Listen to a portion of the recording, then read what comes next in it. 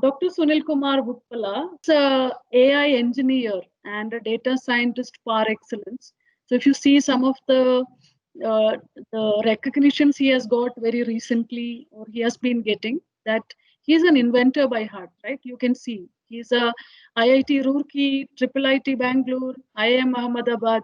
So being the leadership role today, I think most of the leadership role which we see today in AI is a techno-functional role.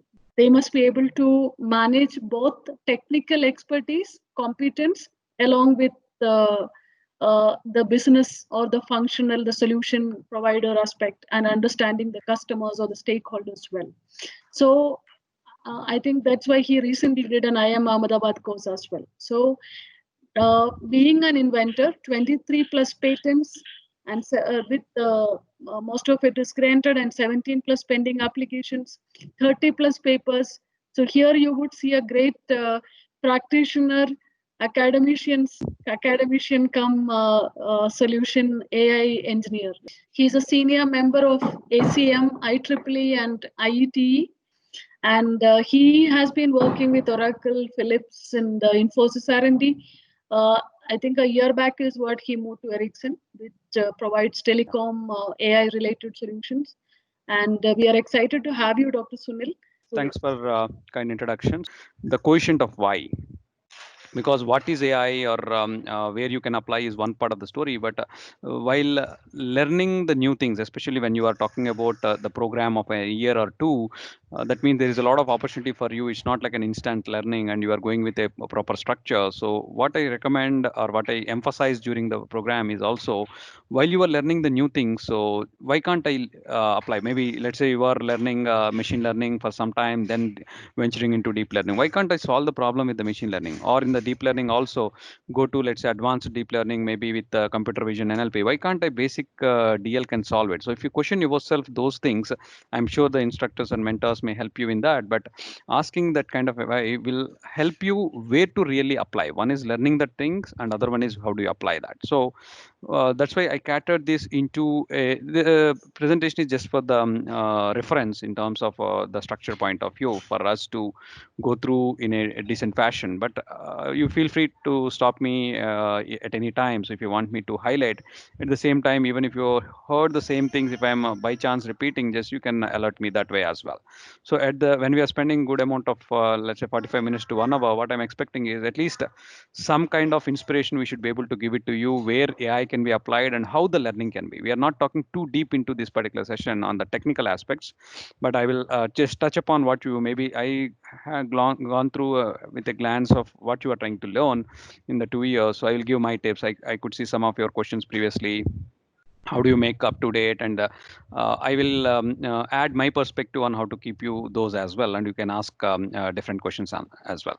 And as at the last point, as Dr. Rashini was mentioning, because you are venturing into a journey of commitment of 2 years, the good part is it is when we do the programs like PhD kind of a thing is not time bounded. It depends on how long, because I might have taken 7 years 8 years to complete it, because some programs are driven by not time bounded, but maybe you will learn for 2 years, maybe you are graded A or B or C kind of a thing. That is one kind of program. And whereas research programs are a little different, where they are not time bounded, but once you reach to the expectations, maybe 5 years 6 years 7 years, it depends.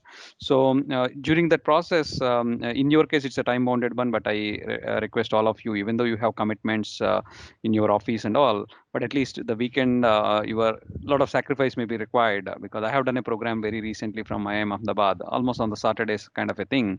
So it requires a lot of support both from family and even your own.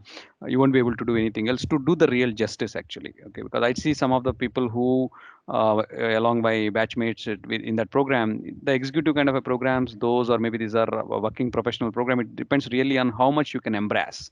Okay, you may get a degree within 2 years with some maybe with the top, some maybe with the average, but what really matters is what kind of learning you had in a structured way, and are the building blocks enough for you to learn to the next one. So those are the points I'll touch upon with my experience on that, so you feel free to add anything. So just take my typical style is I'll just tell the agenda, at the same time I'll ask, is this the interest to you or anything else you want me to cover? I'm ready to cover anything from there. So maybe coming from the industry, and that most of you are coming from industry as well. So I'm not talking on the definition of AI and all to start with. If you see here, the main point what I am referring here is kind of application. So some of the applications were what I picked the applications here in day in and day out. We are using it. Maybe we are not knowing that we are the AI is taking part. For instance, take image data. And now maybe I'm just giving COVID-19 as an example, or even without COVID-19 as well. So classification of chest images, or maybe segmentations of these activities of the healthcare, already people started using it. Okay, some of the patents or some of the approvals we got even from in a nuts and bolts fashion, but in a fragmented fashion. But there are a lot of regulatory things involved, but that is already going on. Similarly, maybe that you can say, okay, it's very specific to the healthcare. I'm not seeing daily, but maybe all of you or all of us may be part of our Instagram or maybe Facebook or LinkedIn. So they have a lot of things which are doing automatically. Let's say take Facebook. They do automatic face recognition and tag the people, which is not the feature maybe 5 years ago or 10 years ago, right? So who are far-fetched into that, they can really see what I'm talking about. Similarly, maybe all of us are doing a lot of these transactions, and the credit card transactions or fraud detection is may not be completely new. Some people may argue. I remember meeting one of the initial persons who detected these, maybe the machine learning or maybe the statistics kind of a thing, where 20 years ago. But what we are talking about is within fraction of a second, we are able to get an SMS saying that something going on. So at least to alert it, there are so many security mechanisms, but these are the things which we are seeing it. There's a lot of AI behind that. Similarly, a lot of chatbots these days. Um, Maybe whatever your favorite app, whether is Make My Trip may not be the favorite now because you know where we are going, but maybe let's say SBI or IRCTC or any of your regular sites, okay, banking or any other sector. So we see a chatbot, okay, or even in universities for that matter, right? So the chatbots, do you think they are a human at the end? Not really, right? As we speak in 2020, initial chatbots, what we see is not even really, they are agents. So maybe once the conversations go to a extreme or too deep, then maybe some effort required for a human thing. That also after summarizing what has happened so far. So these are day-to-day applications what we are referring to across the domain. So where already we are seeing the real application of AI. So I'm sure this kind of a thing you already saw it. So that's why I won't spend too much of time, even one or two slides what I'm referring here. But the key takeaway I'm talking here is, as some of you asked, I didn't remember the name though, is even I studied 15 years ago, maybe roughly 18, 19 years ago, my AI subject. So when I see that particular book again, I'm very much in hometown now. I recently referred that book actually, what I studied 20 years ago or 18 years ago. So there, machine learning and deep learning kind of a thing is just one chapter out of 10 chapters. Okay, maybe even if I take the conceptual point, maybe 2 out of 10 chapters. That means there are so many other aspects in AI beyond machine learning and deep learning. What is the present hype, or really hype we can call it as, or maybe really solving the problems, or maybe corner to machine learning and deep learning. But some of you who studied already may refer to that, say there is Turing machine, there is a logic building, or a Lisp kind of a programming, or a functional programming, knowledge graphs. They are beyond the machine learning and deep learning. So as we see, I talk about some of the things what we are happening now. At the same time, towards the end, I'll talk about the advanced topics as well. So what are the other portions of AI are also gaining the momentum? Okay, so because we are taking it granted, the basic machine learning and deep learning really solving the problem, but going to the next level, we may need some more portions of the artificial intelligence. So that's the key takeaway here. So this is a repetition, I won't go. So, but I will take one slide on clearly differentiating what is deep learning versus machine learning as well. I talked about what else is there in the artificial intelligence. But while the initial slides are a little bit technical, some of the terms you may be hearing just for the first time, but don't worry. So those will be covered during your program in more detail. Okay. So this also has a history point I don't want to repeat, but just key takeaway I will talk about here, where even though it's very old, okay, so these kind of, but what is happening is there is a slow progress, just like AI is a kind of a discipline in many universities, whether it is a Stanford of the world, or maybe MITs of the world, or even IITs of the India. So there is always, just like computer organization, or maybe the computer algorithms, or maybe networks, databases. This is also used to be a field. Maybe we call it as a neural networks, or maybe artificial intelligence, robotics, some kind of those kind of different names. But the research is slowly evolving, and it used to solve only small amount of research problems, good amount of publications. But after the AI winter, when you see that really tremendous momentum came in 2010, After 2010, I'll say machine learning is maybe there even before 2010, so it's not new, but especially deep learning, maybe 2012 is the breakthrough. I'll tell why that also. But there are limitations over the time. Initially the limitations are mostly, okay, I'm able to solve but maybe a small set of problems, maybe in a research environment, but can I really scale it? But actually after that I'm able to solve or maybe help in the decision making, but maybe it is I'm demanding too much of data, or maybe it is too much of compute power. But because as we speak almost in the last decade, or as we speak in 2020, we do have tremendous amount of data, and the compute power become, or maybe the storage becoming cheaper. So all these other advances, or maybe developments in IoT, or maybe the digitization in the banking, all these things are talking about availability of the data, abundant data. But really there are challenges also, even though we are calling it as data is readily available, when it comes to the real solving a business problem. We'll talk about later. But as we speak now, we have good amount of compute power, and then progress in these techniques, but that is giving us new challenges. That's what I will talk in the towards the advances, where how do you make it trustworthy, how do you make it ethical, how do you make it edge level, how do you deploy it in a secure fashion. These are the things which we are talking in a advanced fashion. So some of the aspects which I'm just touching upon here is just to make sure these are the terms which you are going to deep dive into that. But the basic methodology is one of the basic things you maybe might have learned a little bit so far, or maybe in this program you go into deep dive, is supervised techniques, unsupervised, and reinforcement one. But if you ask me, are these are the only three ones as of now? No, I can tell you 10 different aspects. Maybe federated learning, maybe online learning, or semi-supervised learning, self-supervised learning. So many crazy terms you will hear new. But what is you need to do is there are small variations of these, maybe combinations of these, variations of this. As of now, what we are solving in the industry is maybe 80-90% of the problems are supervised. That's why most of the maybe initial set of learning will be on that. After that, maybe a lot of attention may be shifted to unsupervised and reinforcement. Some of the old techniques are already there, something like unsupervised for clustering, maybe reinforcement, standard things. But there are a lot of advancements happening. We can see how much we can cover, maybe in the program as part of the curriculum. But beyond that, at least the building blocks will be same. Then maybe the new advances, it will be new for you and new for us as well. Okay, by the time you successfully understand the building blocks, all of us can embrace the new technology which is coming in the world. One difference I want to, okay, I'm just maybe throwing the terms to you, but at a high level, supervised learning, having the data with the labels in a very simplified fashion. There is, if you go into the deep definition of probabilities and all, there may be a different definitions, and classification regression. I will talk about that in the coming fashion. But especially unsupervised is without labels. But what is reinforcement is just like the babies learning, let's say how they are crawling and then maybe hitting the wall and then feeling the pain and coming back. So like that, every time we don't have a label for it, but we are trying to formulate a problem saying that whether it is the right direction or not. If it is the right direction, maybe reward it, otherwise penalize it. So some of these things you will be learning in the process. And a lot of these crazy acronyms you will see, CNN, LSTM and all. So don't worry on those names at this stage, but just see that whether they are part of supervised, unsupervised at this stage. That should be good enough.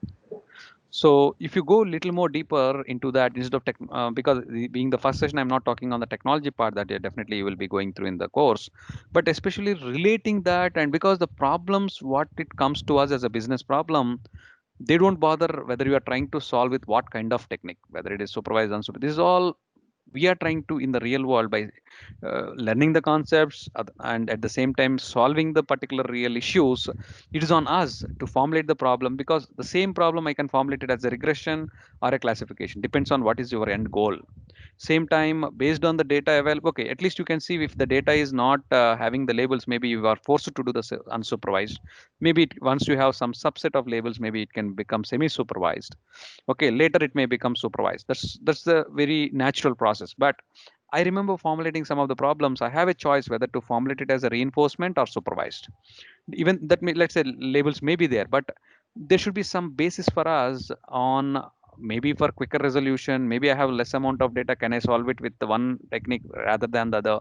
So it should be the choice. Once you learn different techniques, different frameworks, different programs, and once you really venture into this machine learning and deep learning, what you are trying to give to the business is really choosing the right set of algorithms and playing with the data nuances and understanding the really the data science life cycle.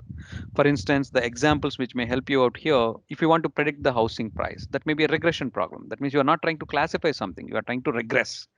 Whereas in case of a spam filter or maybe sentiment of a text out of that, it's a kind of a classification. You are making a decision, maybe cat, dog, or kind of images, or maybe a text, whether it's a fake, real, or a positive sentiment, negative sentiment.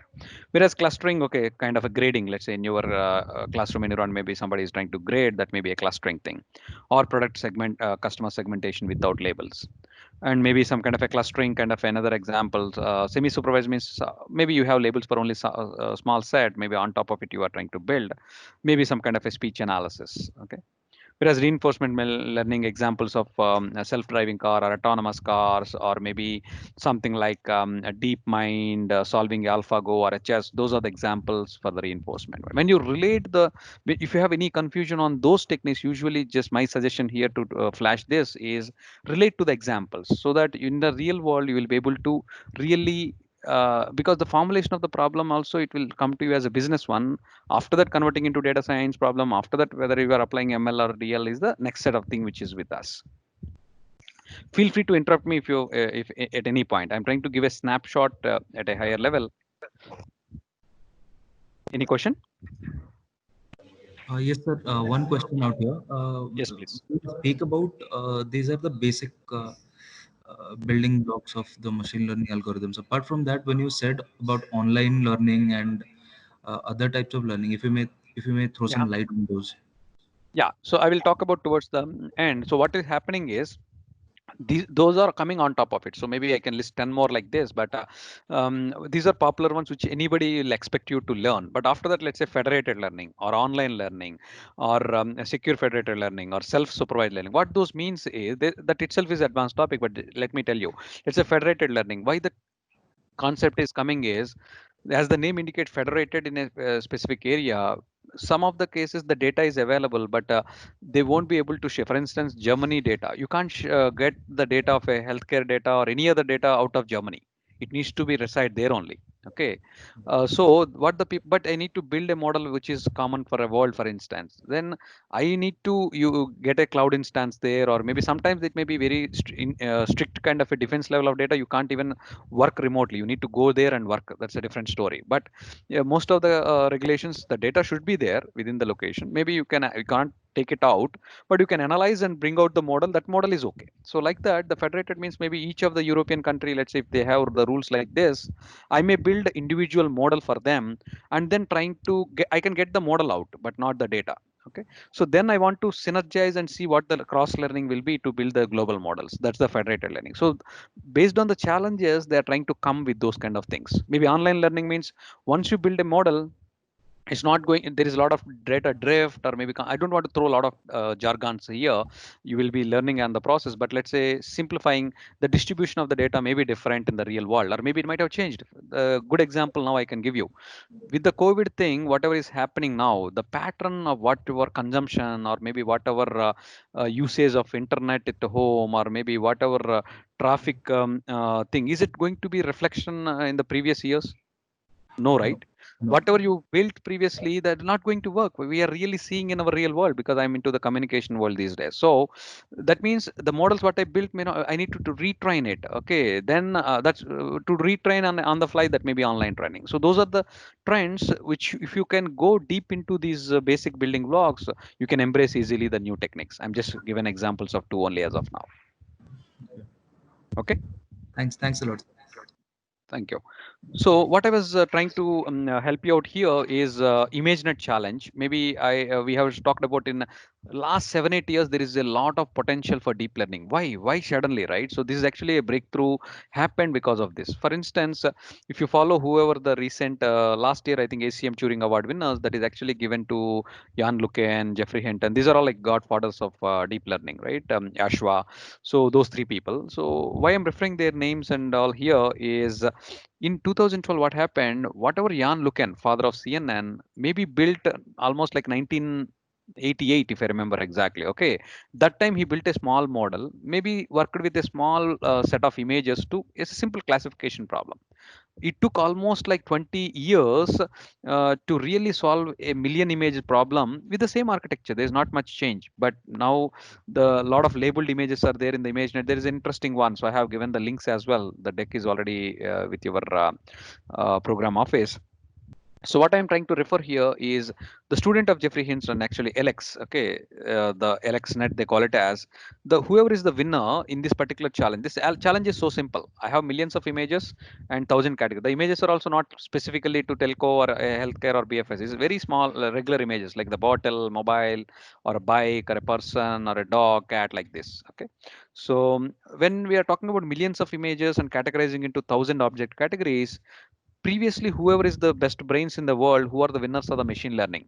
Whereas in 2012 suddenly you can see the 10% difference in the error rate, or if you are comfortable, take the 100 minus of this is the accuracy. Okay, so maybe 86% here, maybe sorry, 84%, 74%. That there is almost like 10% difference with the runner-up and maybe the winner. So not many people really believed whether have they hard coded something there. Is the really magic? What really magic is happening?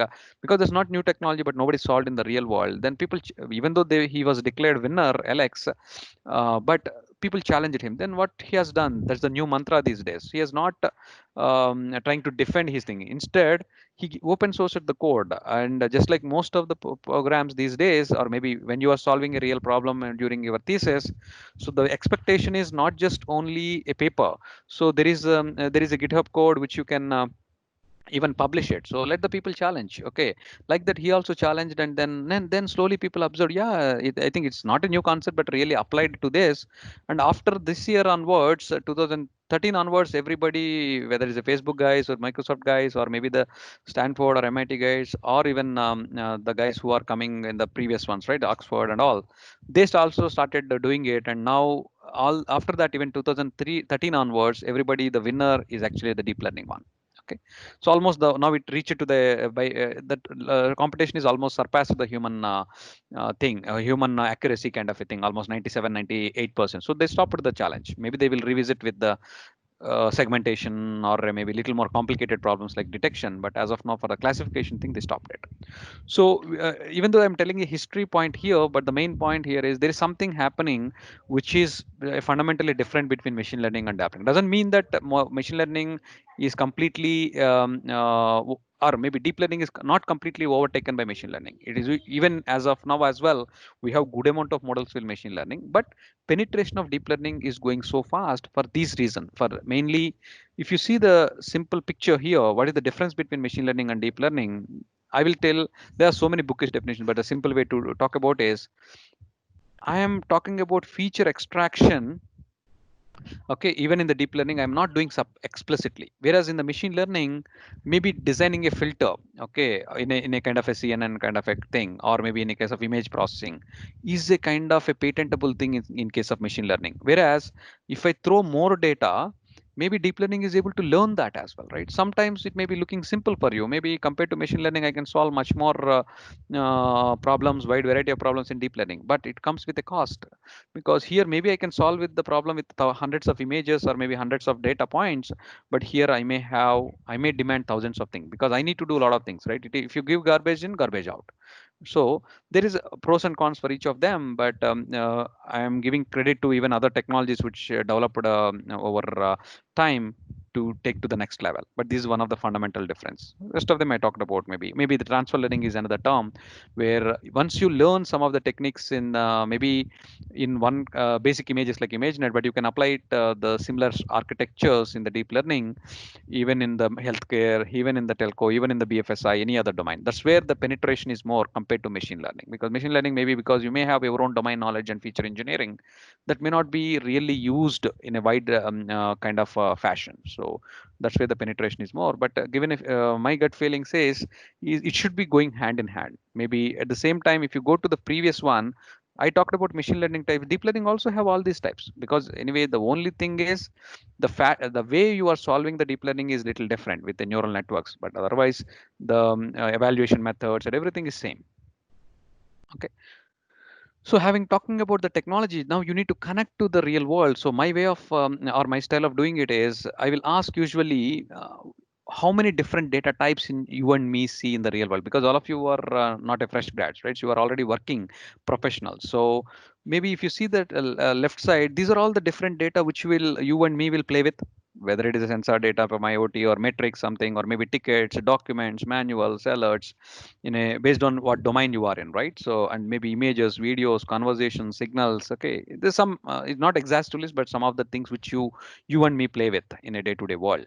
So the color coding here will help you out to say, if somebody says what are the different data types, people may say structured, unstructured, maybe at a very high level. But my way of doing it is you will go almost 7 types. This is my style of doing it, where it may be numerical category. The examples also I will give you so that it will be easy for you to relate to. Numerical means, let's say, take example. I am taking the backdrop of healthcare so that maybe COVID thing you can easily relate to, or even in, I need to stick to one thing because I won't be able to cover too many things within an hour across the maybe the different. I do have 1 2 slides to share applications of AI in multiple domains, but they're also just for a flash or maybe at a high level to make sure convincing you the applications are there everywhere. Okay, but just to if you are coming from different domain, please make sure you have your own things to fill it up. Okay, I'll tell you the purpose why I need to go into the level of this. Okay, then categorical, maybe yes no or sex, male female kind of a thing, or text, medical reports. Then we image, some of them are intuitive, I need not go why that image and video and the right speech.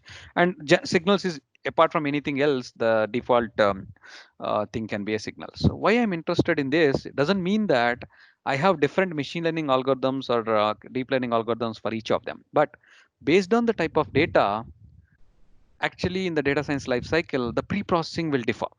Okay, but if I ask you a question, if you learn some of the algorithms in the process, the date can I does the algorithm of maybe your basic classification or clustering, you may be very early in the I don't know whether if I ask whether you will be able to answer, but some of you may have maybe in touch with this kind of field. So if I ask you like this, what really a Python program of a clustering or a classification will take, does it really bother what is the input, whether it is a error log or a sensor log or EDO or image, does it really know?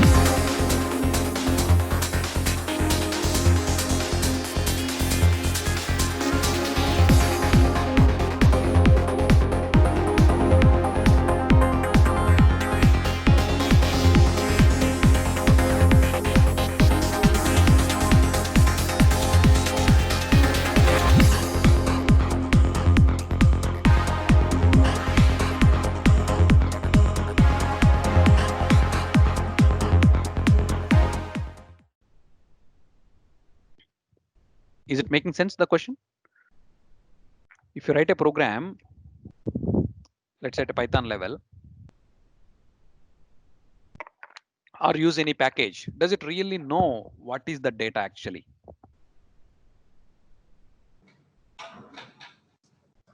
Yeah, it does. It had data types, right?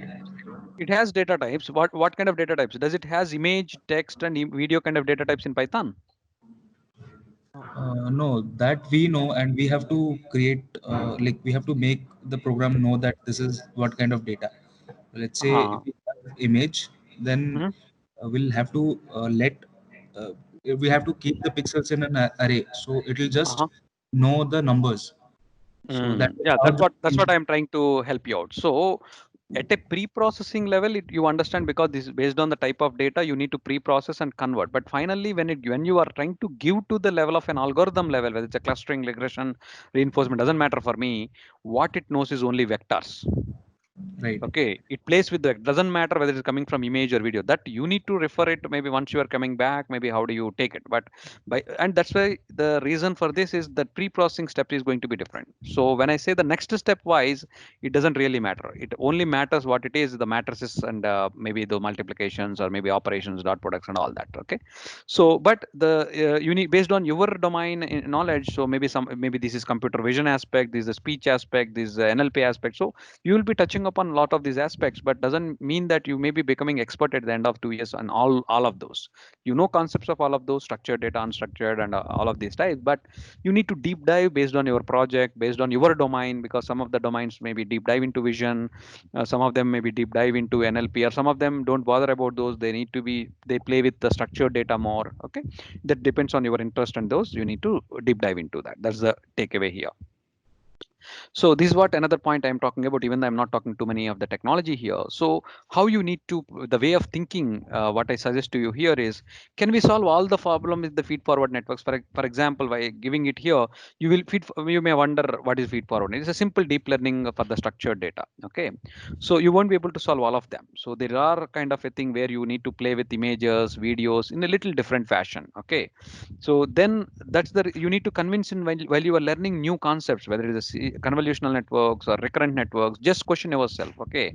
Or ask the instructor, so why can't I solve this? When you are telling in this new topic, why can't you solve this with the so far whatever I learned? Okay, maybe I can solve, but not an efficient way. That's the reason we are going here.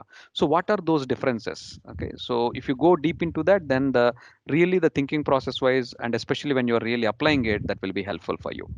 Okay, so that's one part of the story. Then I'm trying to switch the gears. Any questions so far in whatever I covered? Hello. Yeah. Yeah, if we have some problem, how do we know that do we need to use machine learning or deep learning?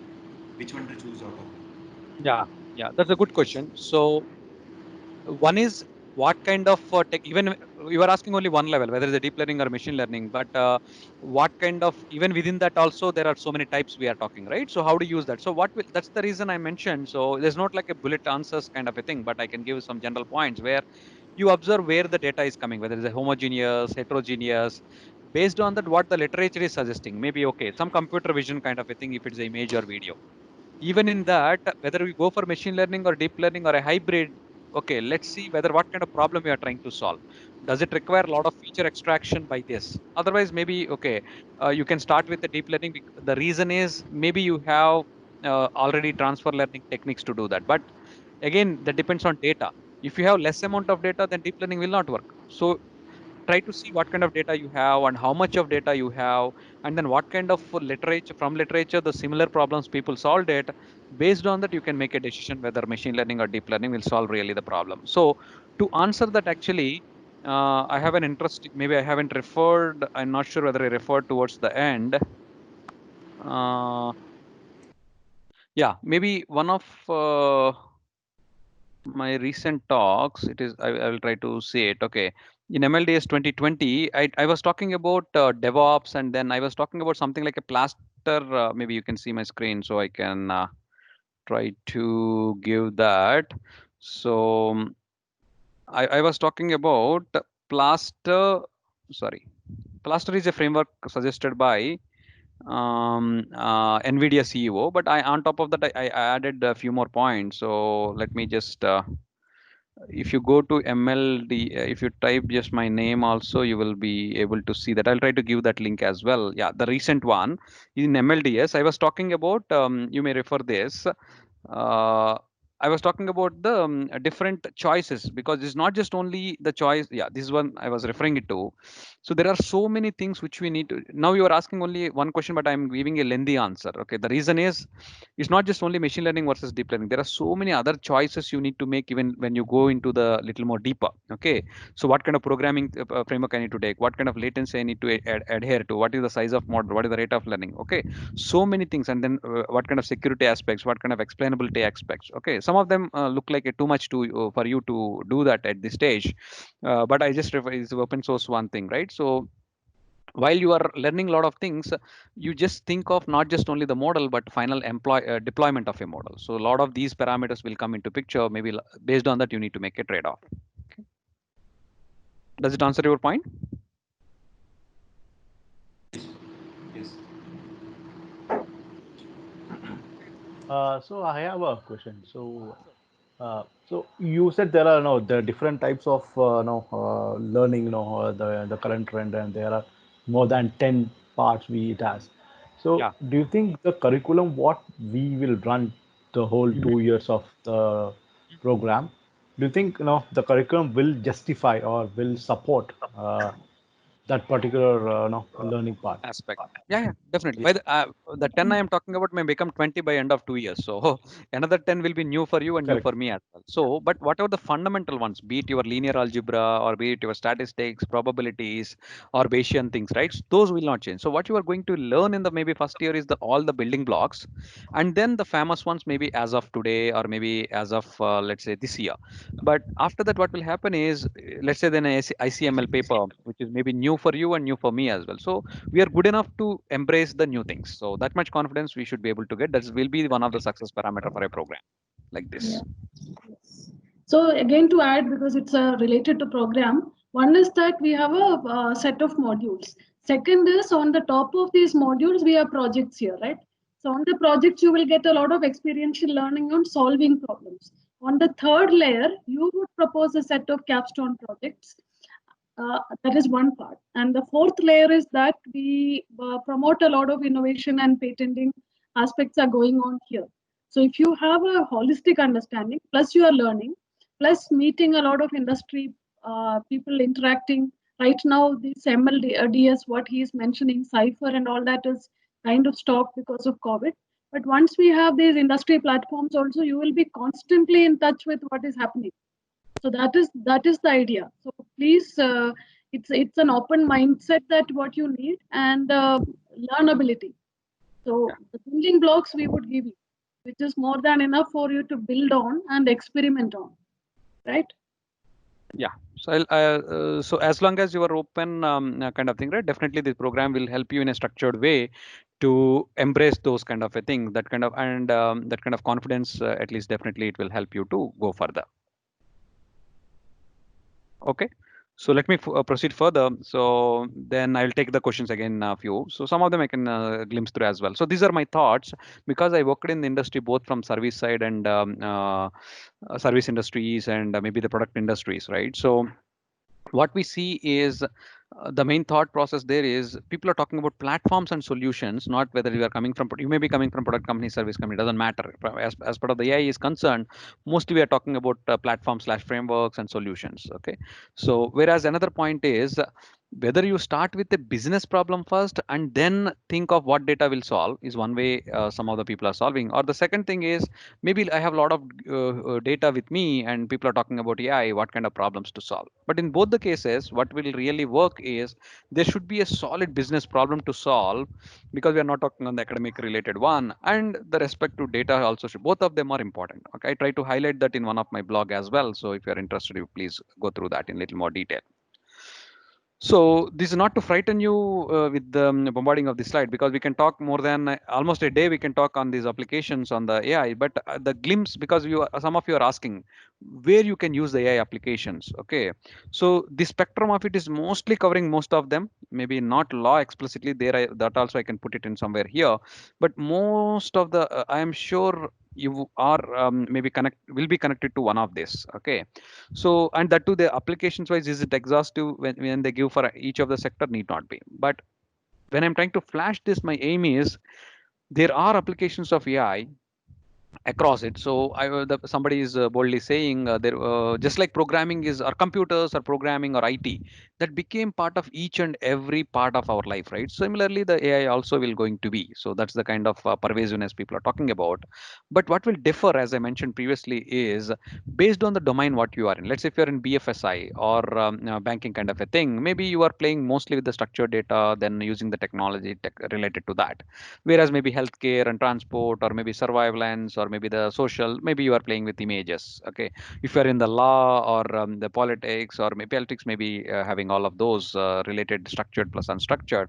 So depending on industry, you may be deeper into one of them compared to the other. But otherwise, you can pick randomly anything. I can give a voiceover for that if time permits. I don't know how much time we have. I have still few more slides. But you can pick up anything, and you can see really there are applications of the machine learning, deep learning, and even a little more beyond that in the AI, because AI is a bigger term, right, compared to ML, and there may be something on the logic building or decision making, even beyond the this ML and DL. Okay, so I will share the deck. You can see it.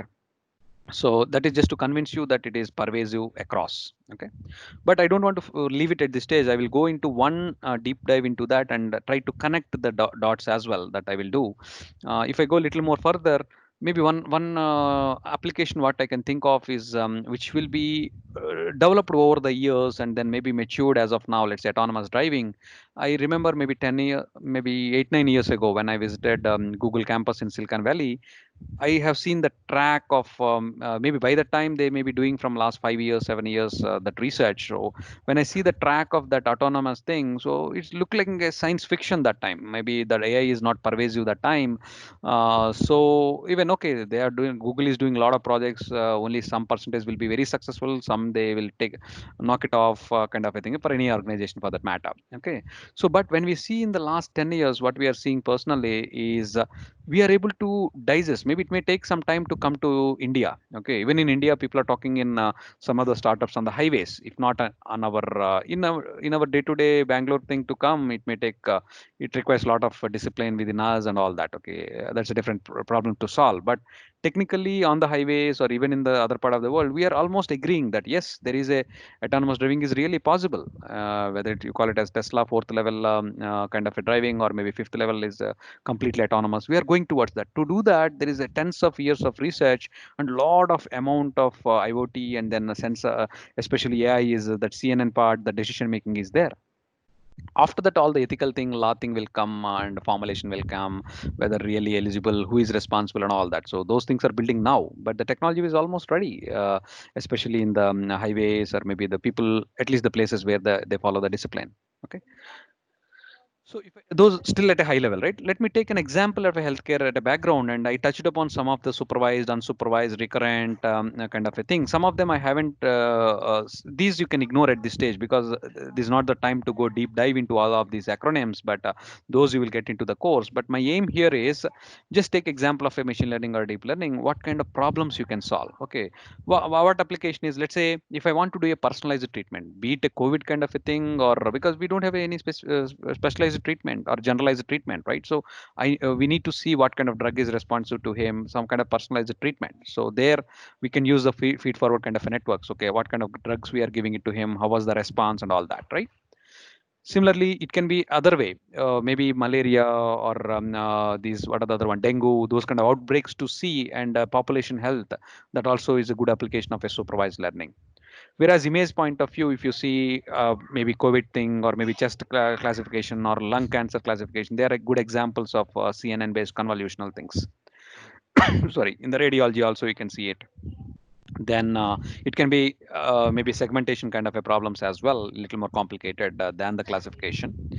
And another aspect of recurrent networks, where the time dimension is also coming, maybe what is the sequence of parameters I need to monitor on a daily basis, so that can I detect the early the disease, be it a COVID thing, or a lot of applications are also coming, right? So how they will try to tell you how risky you are for a or maybe for COVID or any other thing, or precision medicine for that matter. Okay, maybe maybe in future gone are the days where every month you need to go and visit your family doctor. So now there are a lot of these sensors which are really playing with you, and maybe the lot of diversified your mobile itself can act as sense a lot of things, maybe food intake, or maybe the level of exercise you are doing, or what kind of medicines you are doing. Okay, a lot of apps are there in that. So based on that, can it predict, and at the same time give you warning? At the same time, can it give a when to visit the doctor really, right?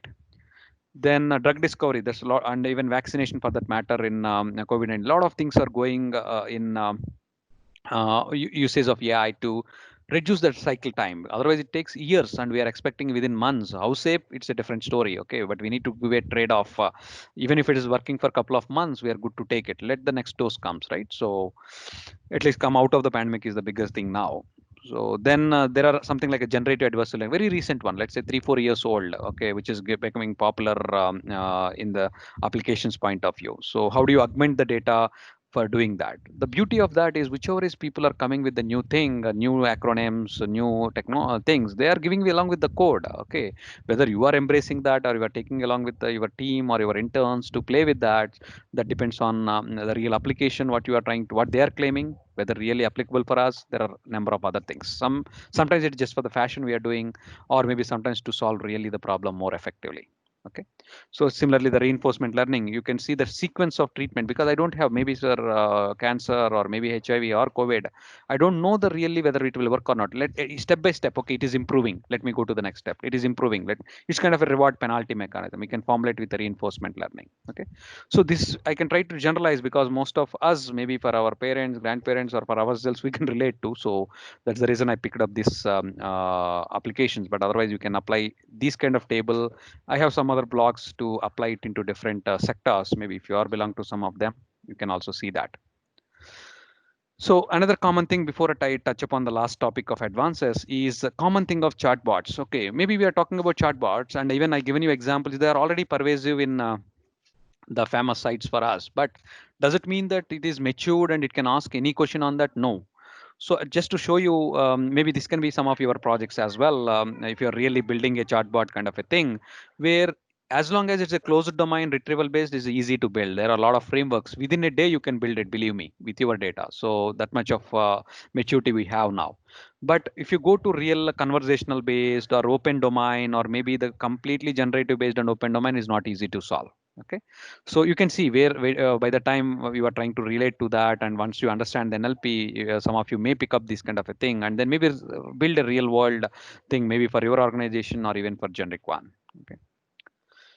So in the second, I talked about 3 steps. First, I talked about technology a little bit and touch upon how do you touch it with the business. And second is applications. Then let me just, before I open up the questions, on what advances are going, because some of the question I remember, whether we will be ready with all these in 2 years. Okay, that things are going very fast. So for instance, how do you know that how things are going on, right? I'll tell you 2-3 aspects. For instance, uh, but if you're getting bored, guys, is not to bombard the things. Maybe sometime later we can touch upon. So, but how many people know how to read the Gartner hype cycle? Some of you know, or nobody knows? Please for Any all. response? Partner quadrant, we must keep a watch because they are the best predictors.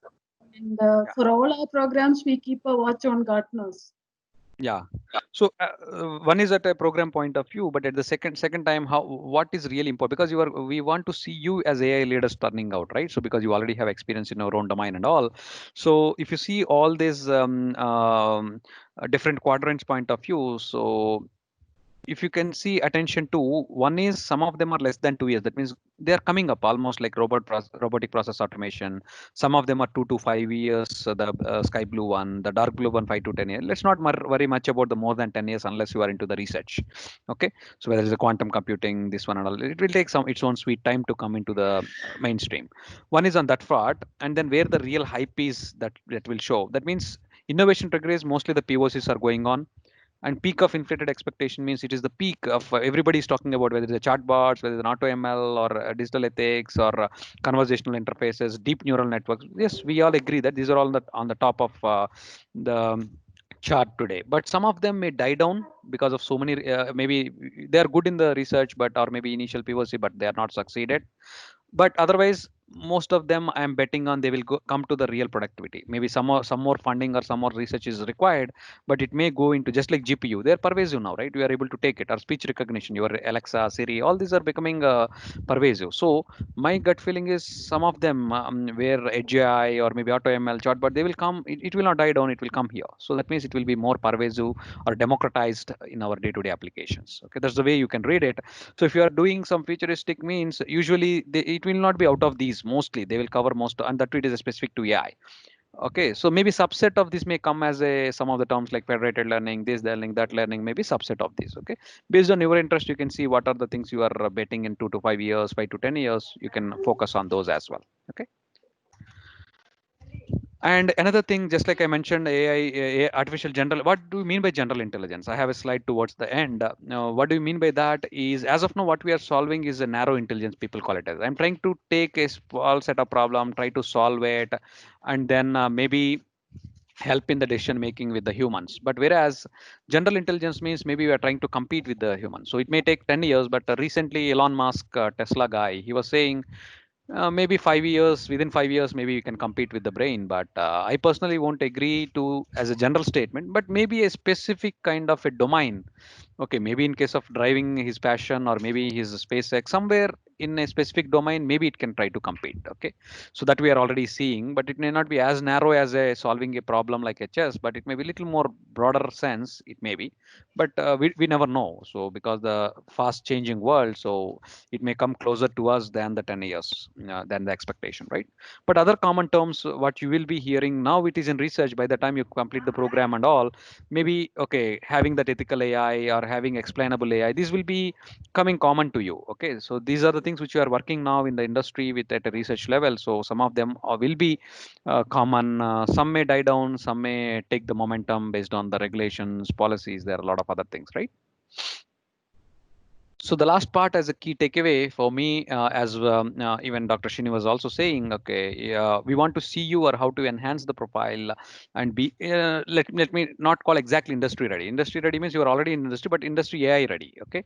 So the title also says, how do you transform the world, right? So transform, we are learning the technology and we know the applications. So with those applications, we are trying to transform the world is the way I am trying to put. So the top 10 tips, what I'm trying to leave you with is be strong in the fundamental subjects. You may be coming with different backgrounds and you have some building blocks now to learn. Even it may be, you may be wondering why I need to play with the matrices for at a core subject level, right? If I am going back to engineering level or even plus two level. Yes, they are very much required to really, if you want to be as a data scientist kind of a thing. Okay. Otherwise, at least if you are to leave it at a business analyst level on this one, at least having that knowledge to speak the language will be good. Okay, so be strong in those fundamental one. Continue your learning through the various learning platforms and certifications. Okay, you are already made a good decision in this pandemic time to have a structured learning. Okay, then along with that, if you need to supplement that later with the few more, yes, there are something which are available in the internet or maybe Coursera's of the world, so that will supplement later. Okay, then focus more on projects to apply the learning and code. That what does that mean is don't leave with an expectation. Okay, I'm learning some concept in 2 years. No, that will not help you. You need to do those assignments or maybe the practice. It should go hand in hand. Then only you can really apply it. Okay. Then work with the faculty, research scholars, maybe in your program or maybe with your university or maybe with your colleagues as well on interesting research problems that can help you to publish papers and patents. Okay, whenever you have an idea, don't try to throw it out. So maybe you have a backing of from a formal program perspective as well. These days is not industry only, even the universities are also trying to help you out on the patenting part. Okay, then networking and events participation, even these days virtual. So IEEE Bangalore section is very active. In fact, I'm co-chair for the industry engagement, but at the same time, is one of the largest section in the world. Nowadays, even the physical thing is not a barrier for us. So a lot of things are happening. Actually, the time is only the constraint for us. Okay, but that is also having said that the things are so vast changing and so many research is happening. How let's say conferences will happen, I can list you those top 10, but it is difficult to follow all those top 10 as well, because for instance ICML is a top conference on machine learning. Recently they recorded everything, tens of hours of recording is available, the latest research, but we will not get time to each of them, right? My suggestion, which is working out recently or at the same time you can also suggest, is maybe these 3 4 things. Okay, especially they're very native. Analytics India magazine is our Bangalore based only, then Analytics Vidya. So these are the things where they usually conduct events in Bangalore, but even not beyond the events, you just subscribe to their YouTube, Facebook, LinkedIn, whatever your favorite is. Okay, whatever the information which is happening on the top of the world, they are trying to give us in a summarized fashion. So what is the benefit for that? This is maybe to answer some of the to the previous speakers. Maybe sometimes Google is also helping you based on your search profile. What is your thing they can suggest? No doubt about that. But on top of that, this medium or towards data science is both of them same. Then analytics vidya, analytics vidya, if you subscribe to one of them or both of them, you will not be out of sync anymore. Okay, they have multiple fashion. They are small video snippets or maybe the blogs, you may not follow each and everything also. Believe me, time is constraint for all of us, but take that interesting thing from there based on your interest, then go into deep into that. Okay, so I constantly advocating for them. The reason is they're trying to help us in a concise fashion, which is very much required for us. Then if you're really passionate about coding and all, so then Kaggle and AV, there are participate in the hackathons. Okay, then start doing open source contributions, and then start writing blogs as well as you are learning those thing. And last thing is you can have your own GitHub profile if you are trying to showcase yourself. So gone are the days where the CV I need to get it into your LinkedIn profile or GitHub profile, or your Google Scholar can be good enough for us to get what you are. Okay, so it may not happen overnight, but this is a good time for us to tell you in the beginning of the program. So it doesn't mean that all 10 you need to do. Pick up 3 4 from there, and then some of them are very fundamental. That's where I put it in the blog. Some of them are kind of choosy for you as an elective maybe your choice. So even if you pick some 2 3 from there, I'm sure you can enhance your profile and be industry ready and solve real problems and to transform the world. So the closing remarks from my side in that is what you are doing right now with machine learning and all is narrow intelligence. These terms, general intelligence, I try to use with some more reasoning, just like we are trying to simulate the brain or compete with the brain is the next step. Maybe super intelligence, maybe somebody is trying to take away maybe we became, I won't say obsolete kind of a thing, but we are under the machine, just like in a science fiction movies, if you see that, right? But it may be far-fetched. People may argue whether it is a good way to go, bad way to go. There are other debates, privacy issues, security issues, good for the humanity. That's a separate topic though. So key takeaways for this particular one, we're trying to give introductory concepts of AI ML, and then which to excite you on the technology point, and then mainly where it can be applied and how the learning can be. So that is one of the key takeaways if you ask me, where question why that will help you out to learn in a more structured way. Then I talked about some of the, not exactly the project ideas though, but at least that I can take it sometime later, maybe if I have a chance to meet you again, but at least try to give you the applications of it. Okay, and then where you can apply each of them, maybe taking a backdrop of a healthcare, but you can apply to your own thing. And then I just referred one or two my blogs. So there are a lot of references here, and then maybe from my own explanation, there are these are the 3 4 blogs I was referring to. Based on your convenience, you just these will help you in terms of to keep you up to date what's happening. And there are other things I mentioned already, Analytics Vidya magazine or Analytics Vidya as well. Okay, so thanks for your attention. Let me open for some more questions. Yes, I have a small question here.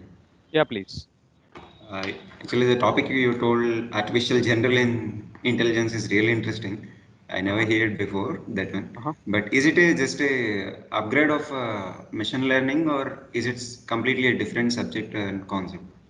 I will say it's not just an upgrade, because we call it as a machine reasoning, machine intelligence. What does that mean is you are talking about something on the knowledge graphs, and then there is some machine learning point, but on top of that is going to be completely different. It's part of AI, but not part of machine learning. Machine learning and deep learning only a small portion of AI, right?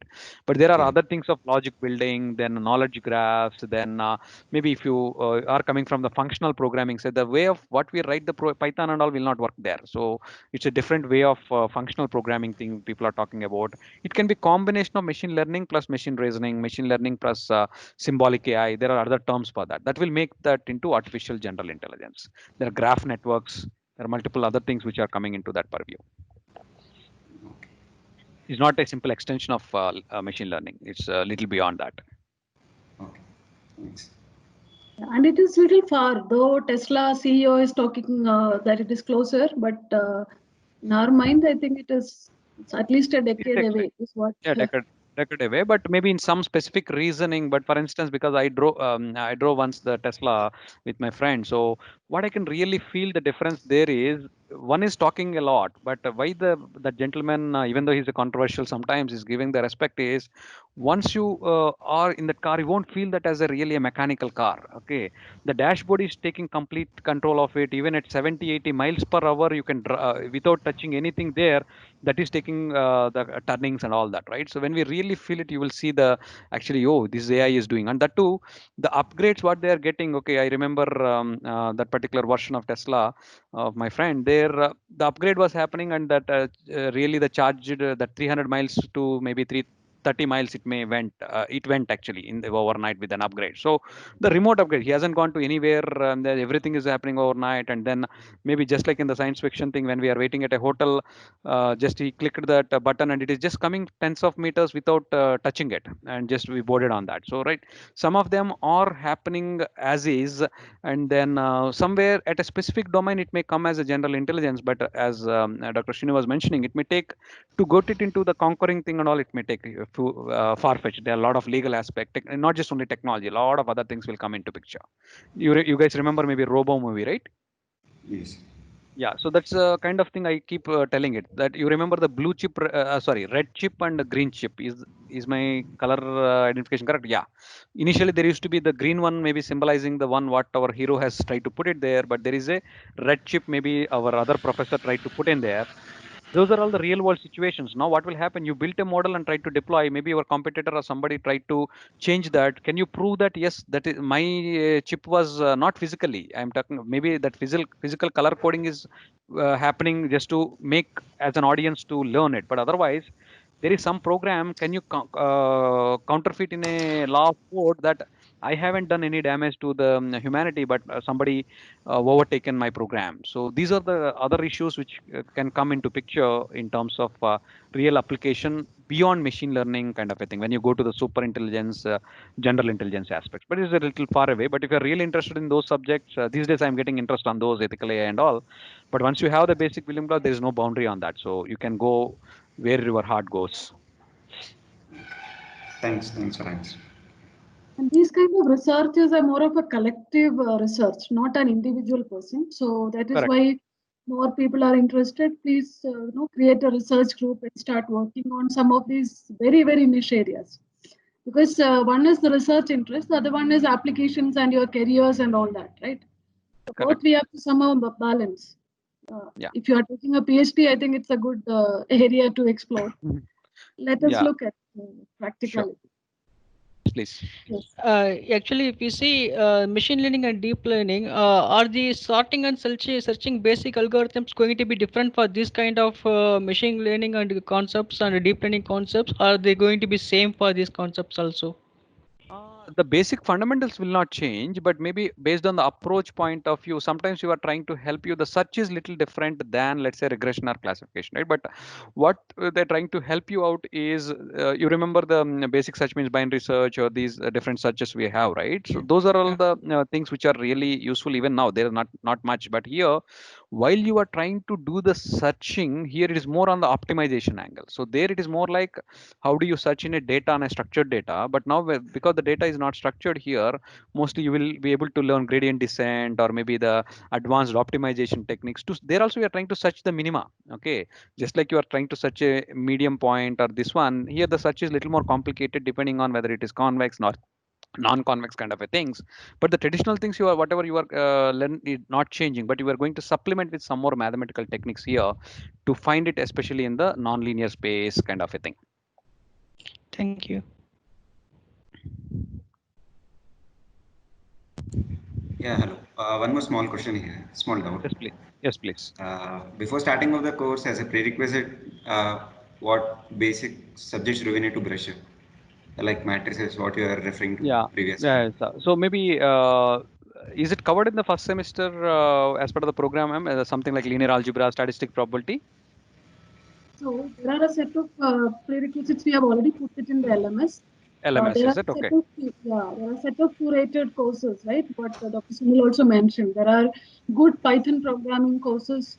How see, more than programming, here we don't want to teach you programming for a language.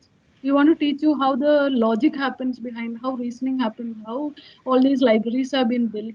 what kind of algebra goes behind, what kind of I, data patterns. That is what you yeah. should look at. Right? Sure, I got it. So to answer your question, for instance, a specific thing. Okay, let me just give a laundry list like that. So one is on the basic. So what we in the industry talk about as a data scientist is more of a statistician than a software engineer, and otherwise as well. He's more of a software engineer than a statistician. Okay, so what does that mean? It needs to be a combination of both a statistical kind of a thing with statistics is encompassed all the math kind of a thing plus software engineering. So if you're coming with the background of a programming, that's fine. Otherwise also you can learn the basic programming thing as a prerequisite. Second aspect is having let's say all math you can't revise the entire thing, right? But especially the linear Yes. algebra, matrices, statistics, and then probability, especially Bayesian kind of a theorems kind of a thing. Those are all okay. The basic things. There are a lot of primary thing. I'm sure they might have mentioned it in the LMS. These are the basic things I'll talk about. Simple 4 5 topics I talked about: linear algebra, then a little bit of calculus, and then calculus also just how to calculate the derivative, integral. Mostly they are programs, but only thing is just to brush up those and how what really happening there. When it comes to the back propagation or feed forward network, the people will use these terms. Okay, differentiation, continuous differentiation, partial differentiation. So you should be able to relate to those terms. So that's why linear algebra, statistics, probability, then some kind of linear programming kind of optimization angle. Some of them can learn on top of that in the program. Those are good Thanks. terms.